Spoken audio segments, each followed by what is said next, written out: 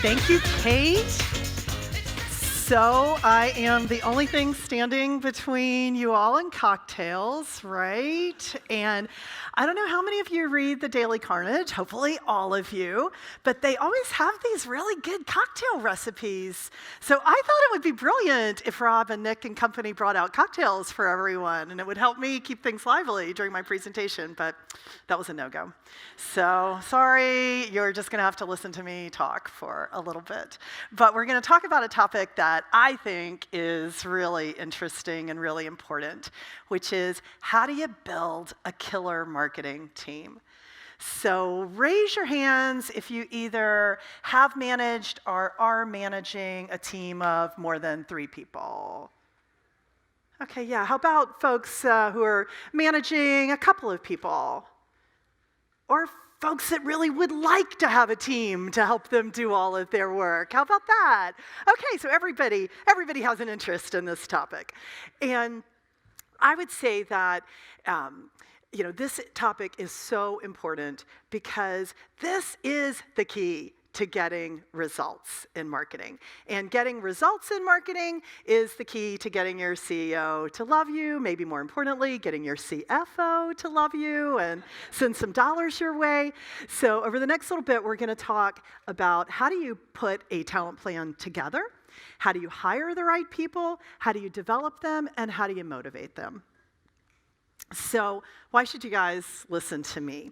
Well, I did turn 57 last week, so I've got a few years of experience, which, oh, by the way, I have 57-year-old eyes, and they told me that there were confidence monitors, but if you look at these, it is impossible to read them. So if you see me like looking up here occasionally because I can't read my slides, that's what's going on. But as Kate mentioned, I have managed and been privileged to be associated with some pretty big teams at places like Frito-Lay and Yahoo and Nintendo. And most recently, I was asked to come into Duolingo and to help them build out a marketing team. So I arrived here in Pittsburgh at Duolingo a year ago, and this was my team. 2 really brilliant people in PR. A year later, this is my team. So we've grown pretty significantly, and as I'll show you in a little bit, I think we're achieving some pretty significant results as well. But before we go into how to build a killer marketing team, for those of you who don't know Duolingo, I wanted to just spend a few minutes giving you that background. So how many folks are familiar with Duolingo? Okay, good, most everyone. So back in 2012, our CEO, Luis von Ahn, said, it would be pretty cool if we could get 1 million people to use Duolingo. And at this point, he was a professor over at CMU and was fooling around with some language translation applications and decided to start a company. Now, also to take you back to 2012, the iPhone had just been out there for about 4 years. So this whole app space was very, very young. And if you ask who was the leader in language learning, it was Rosetta Stone. People remember Rosetta Stone? You'd be going through the airport, and there'd be those kiosks, and there were those CD-ROMs that you put in your computer. But in 2012, when Duolingo started, Rosetta Stone was doing almost $300 million in sales, and they were spending about $99 million in marketing annually. So how in the heck was this little startup out of Pittsburgh, Pennsylvania, going to compete with something like that? I love this slide. This is a Google Trends slide, which shows going back to 2012, and we passed Rosetta Stone in 2014 in terms of interest as measured by Google searches. And you can see we just haven't looked back since then. And what's, I think, really interesting to a lot of people is that this was done with essentially 0 marketing expenditures. So our pillars have been that we created an amazing product, a product that is intuitive, that has a lot of gamification, that makes it very motivating for people to use, that people love, and then they share it through word of mouth. And we did recognize early on that PR was a great way to spread the news of Duolingo, and so did have some investment in PR. And then we have a fantastic community around the world of forum moderators and course contributors and people who really help to spread the love of Duolingo. But fortunately for me, last year sometime, our co-founder and CEO and our board said, well, what would happen if we added marketing to the equation?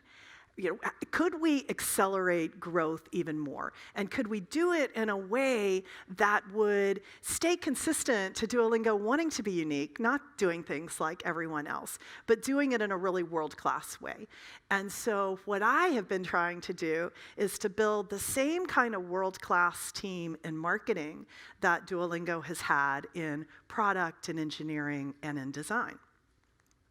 So, game plan, how do you do this? Well, first, you really have to assess your needs. You have to put together that plan. You have to hire the best people.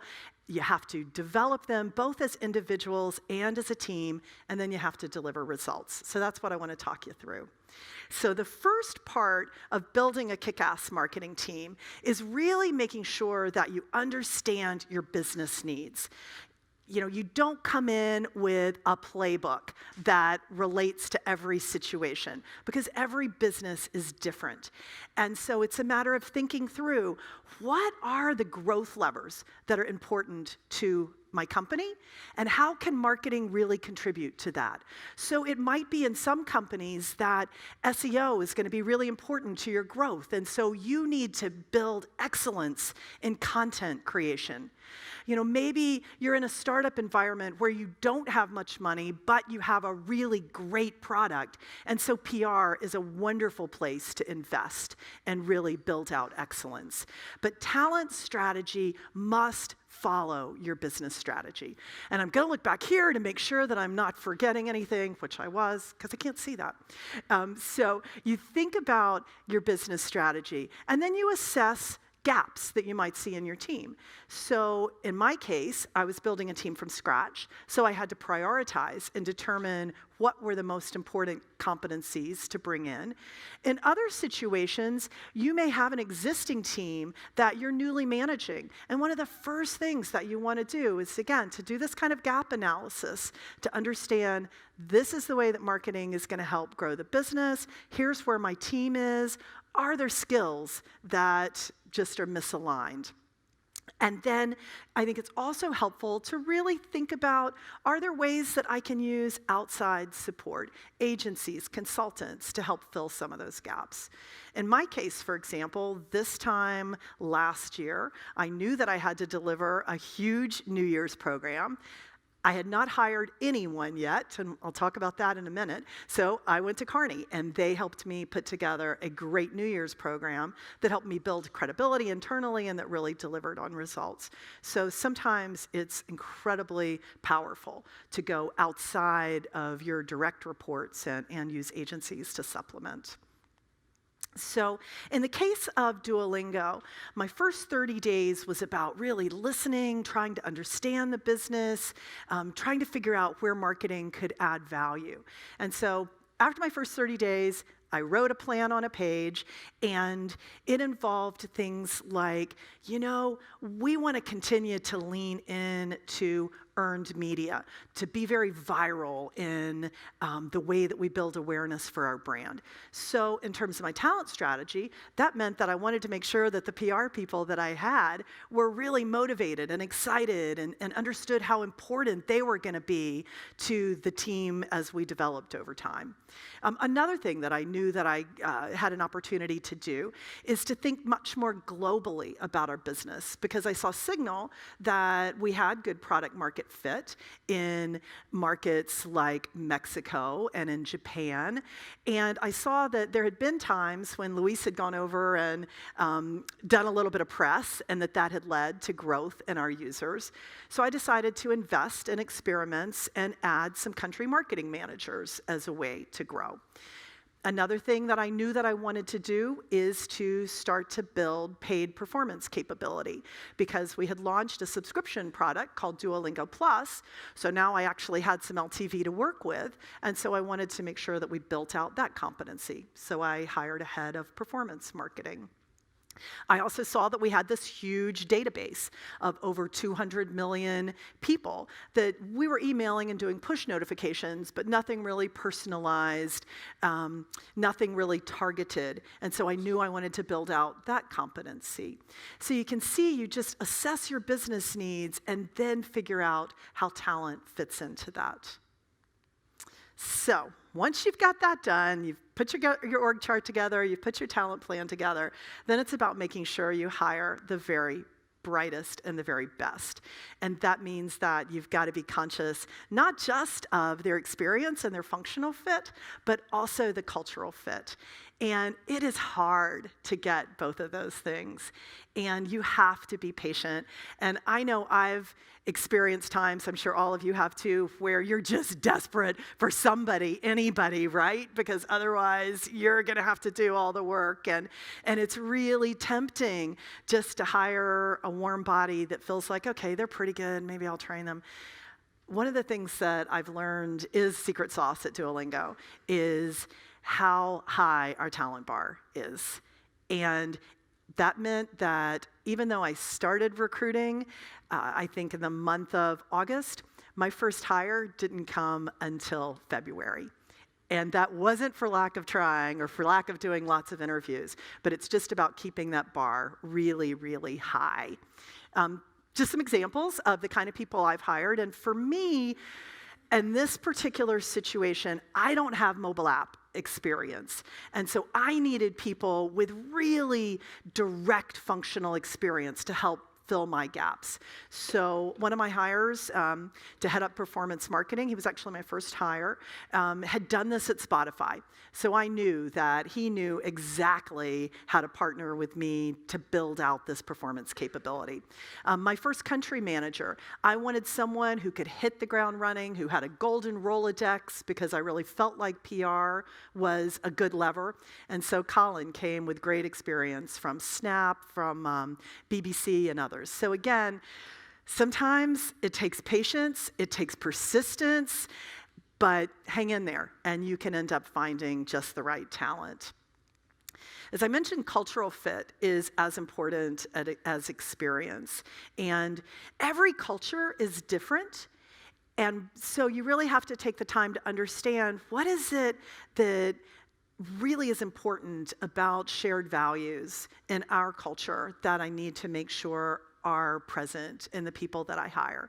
And by fit, I don't mean lack of diversity at all. I don't mean that people come out of the same industries or, the same educational backgrounds. I mean a shared sense of values. And so at Duolingo, it's things like really valuing collaboration.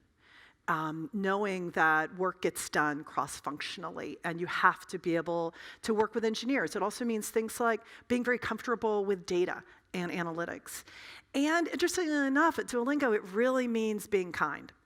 And one of the moments of truth for me is I'd been so frustrated. I've been looking for a head of CRM for months.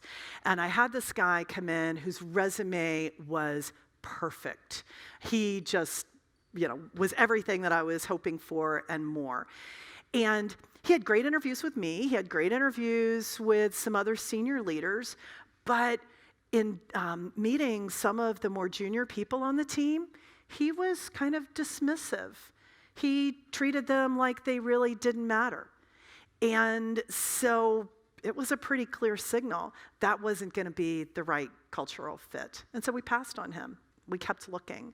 So if you're going to build a killer team, you got to find people that you know are going to be able to work well with your colleagues, both in marketing, but as well across other functions of the company. So the next thing, you've got your talent plan, you've got your people in, then it's about making sure that you're helping them be successful. Your job as a leader is just to help each person on their team fulfill their potential.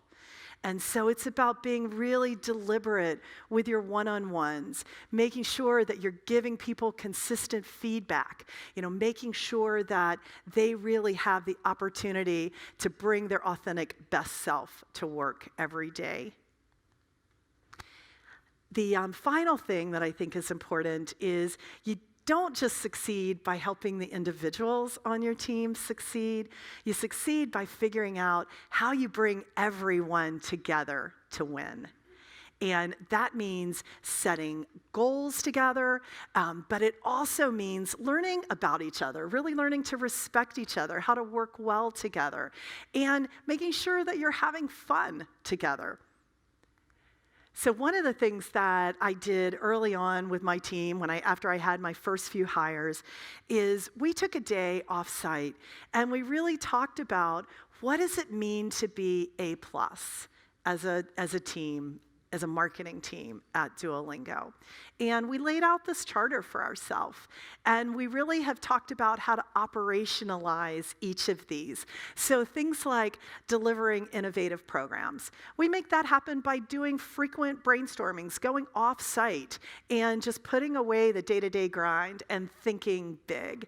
One of my favorite examples is back in April, we did an off-site, and an idea came up to bring our fans around the world together and let's create DuoCon.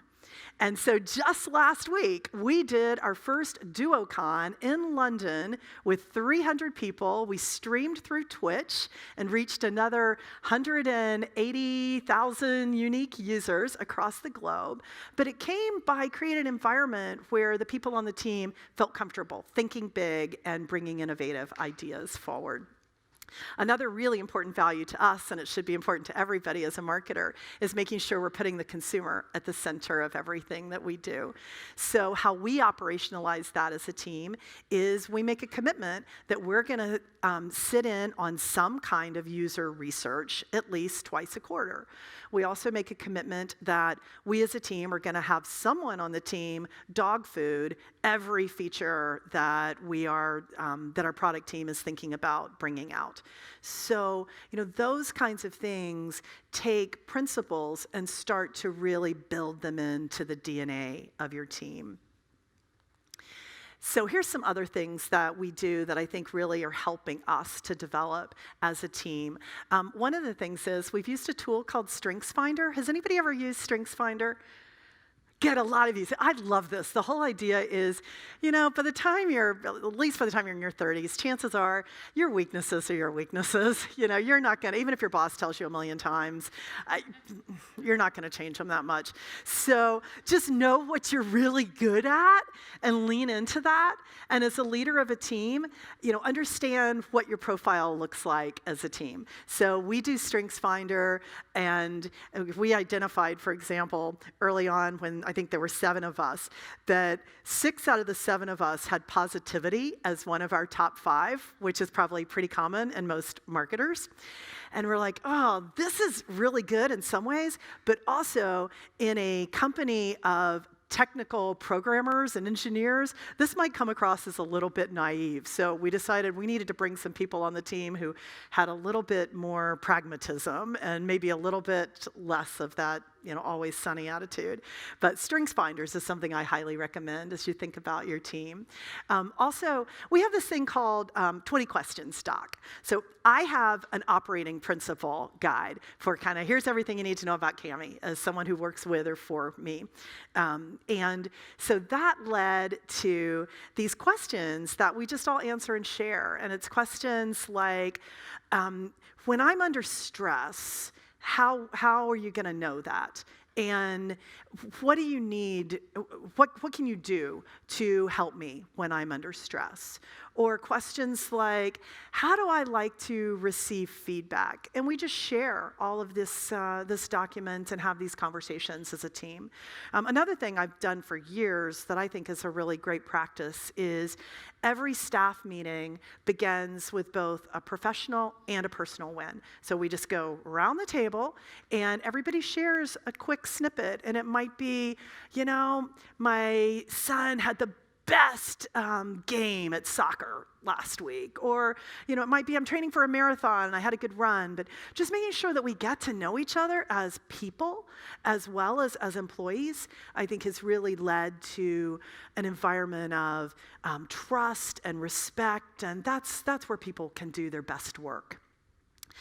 So other things that we do is, just really trying to have good communication. My team is very remote. I have one person in China, one person in Mexico, one person in the UK. A lot of my team is in New York. And so being disciplined around the way we communicate. So we use Slack a lot, but we also have a really regular cadence of team meetings, of offsites, and of just having fun together. So just real quickly, let me show you a few results to give you evidence that this is all actually working. So some of you may have heard about this.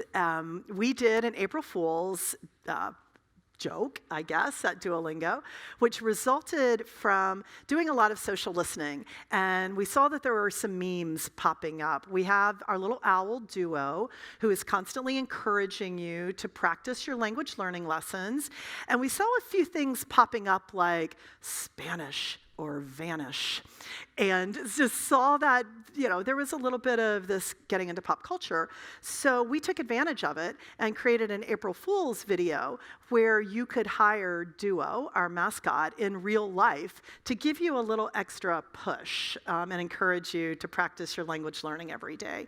And it took off like wildfire, and we got incredible views, over 3 million views on the video that we created for this, a real spike in impressions and in searches, and this was all done for less than $10,000. So sometimes you don't need big budgets to have big impact as a marketing team. You need an environment where people feel empowered to think of cool ideas and then put them out there in the market. Another good example recently from my country managers. So I have someone in Beijing, and our business is pretty new in China.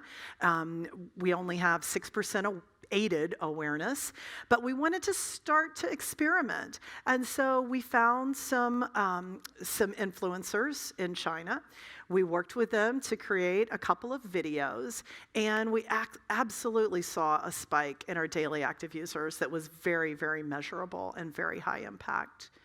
And I mentioned we are building out a performance marketing capability, an example of some of the ads we've done, an example of just how we're doing in driving registrations up with paid performance and driving cost per registration down.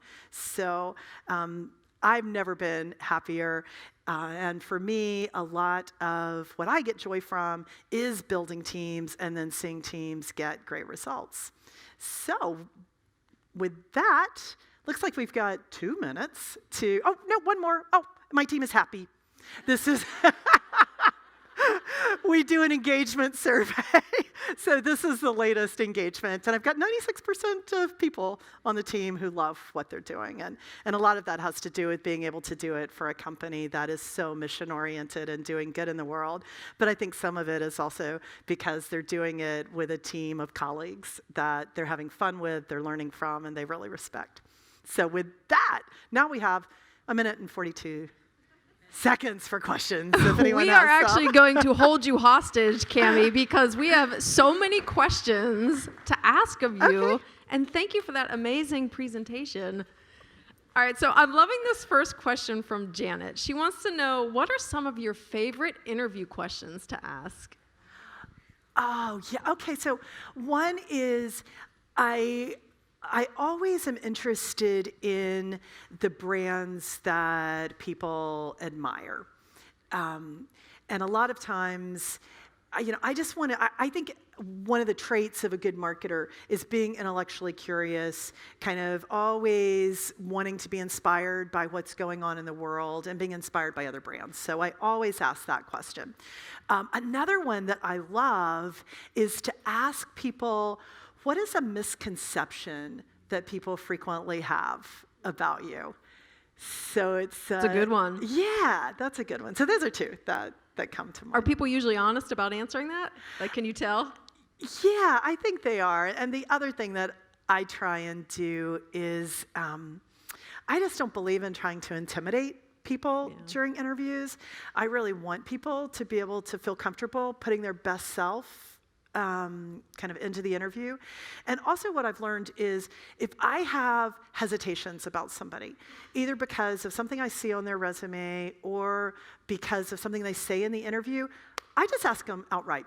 I'm like, I like everything I'm hearing, but this is one thing that I'm just not comfortable with, because I don't ever want to miss a chance to hire somebody because I'm making an assumption about something that may or may not be true. Yeah, for sure. Well, that's actually a really interesting segue into our next question, which I love, and it's gotten a lot of love from our crowd. Do you think it's possible to improve culture as a middle-level manager when your CEO or the upper management is the root of the negativity at your company? Yeah. It is really hard. It is really hard. I think that, sometimes you can create a great culture within your team. If you have the opportunity to have a few people on your team, you can still help make their work meaningful. And then occasionally other teams might start to notice that, wow, something special seems to be going on here.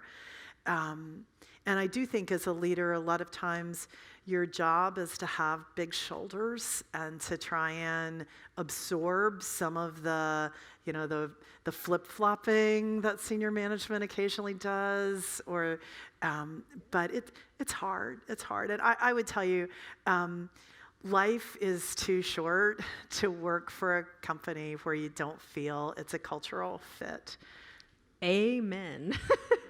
Okay, so have you ever managed someone with big creative ideas, but that struggled getting assigned tasks completed? How do you not stifle creativity, but keep on task? Yeah, absolutely. I've managed people like that. Sometimes if you're fortunate enough to have people on your team that you can kind of pair up or move around, then I have been successful in having someone like a marketing operations person to help take care of more of those day-to-day tasks. Because, God, the world needs crazy creative people, and companies need those crazy creative people. So if you can figure out some systems or other people, then I say try and find a role for them. Sure. Okay, so what do you recommend for more junior employees on a small communications team where there is a lack of strategy, direction, and support from management? Yeah. Something's going on out there. Something's going on. Yeah. Well, one of the things I would say is look around the company and maybe identify a project where you think you can make an impact. And, kind of first know what is it that my CEO or my boss really cares about? What are the metrics that matter to them? And you have to deliver on those things. That's kind of like your, the baseline. But if you can kind of get going on those things and then say, could I try the project over here? Could I maybe have a little bit of budget, or maybe I don't even need budget. Maybe I just need a little bit of time, or maybe I need access to somebody else in the company.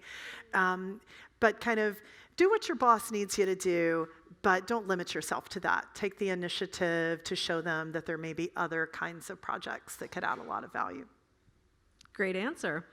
How do you try to clarify business strategy in a small startup environment where there are a lot of competing priorities? Yeah, and a lot of times in a small environment, you're pivoting constantly, right?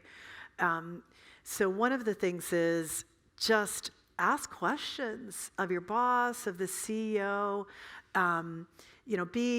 Make sure that you understand what's most important to them. But I think also one of the things I've learned, particularly with really creative CEOs, is see if you can have a conversation and develop a language to say, I need help understanding when you're just saying a crazy idea that you're just throwing out there, and when you're saying something that you really need me to go do. Because a lot of times, particularly CEOs of startups, they just have an idea a minute. And if you constantly try and follow everything they say, you're going to drive yourself crazy, and they may have forgotten about it a week from now anyway. So, just ask questions. It's much better to not pretend like you know it all and just get clarifying. Oh, for sure. Okay, so what skills should someone start building if they want to manage a marketing team soon or maybe just one day? Yeah. So I think that it helps to have some kind of functional expertise that is your home base. Like for me, I have 13 years as a CPG marketer, so I am kind of a brand marketer. So it's good to develop expertise, but then it's good to ask for assignments that completely throw you out of your comfort zone. Because what you find as you move up in an organization is not only are you not going to be able to be an expert at everything, but also you're kind of going to turn off the people on your team who are experts if you try to pretend like you're an expert at everything. So it's really good to develop the ability to ask good questions and to just build confidence that it's okay that you don't have all the answers. Yeah, for sure. Okay, so this next question is fantastic. It says, I work at a nonprofit. Our marketing department consists of me, myself, and I. Mm-hmm. How do I convince my CEO that a real team would be beneficial for our organization? Yeah, I think an important thing is delivering results. So maybe first start with having a conversation with the CEO about some ruthless prioritizations. Because if you try and just you yourself and I do everything, chances are you're not going to do it excellently, any of it.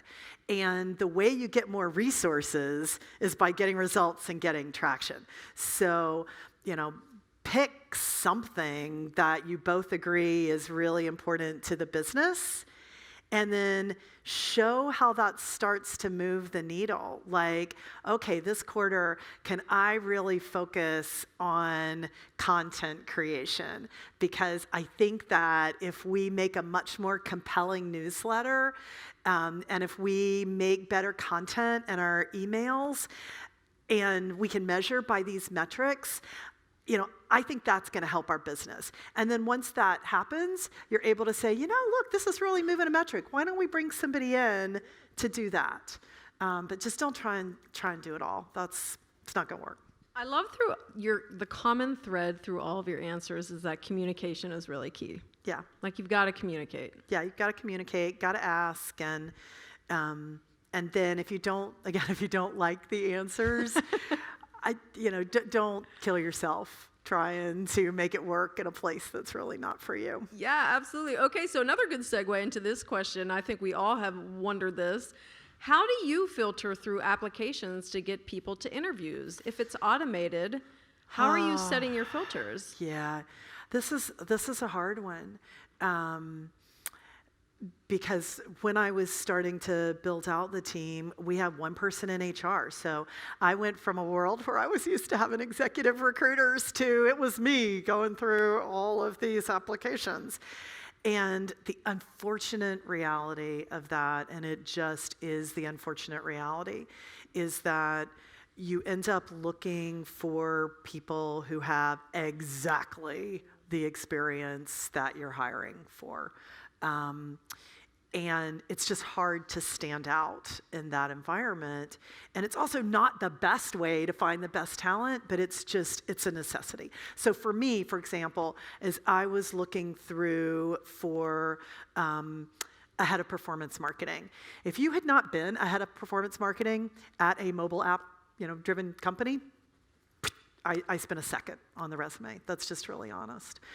So I think that what you can do to get around that is go to LinkedIn, see if there is any kind of connection that you have with someone at the company, and then ask for a personal introduction, because if I get a note from someone that says, hey, this person applied for a job at Duolingo, I know them from, XYZ, even if it's not that they've worked together, even if it is, they're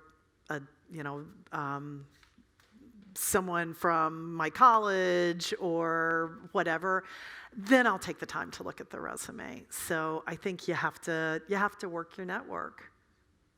For sure. Okay. Oh, it looks like that was the final question. All right. So, Cammie, thank you again. You're so welcome. Thank you all.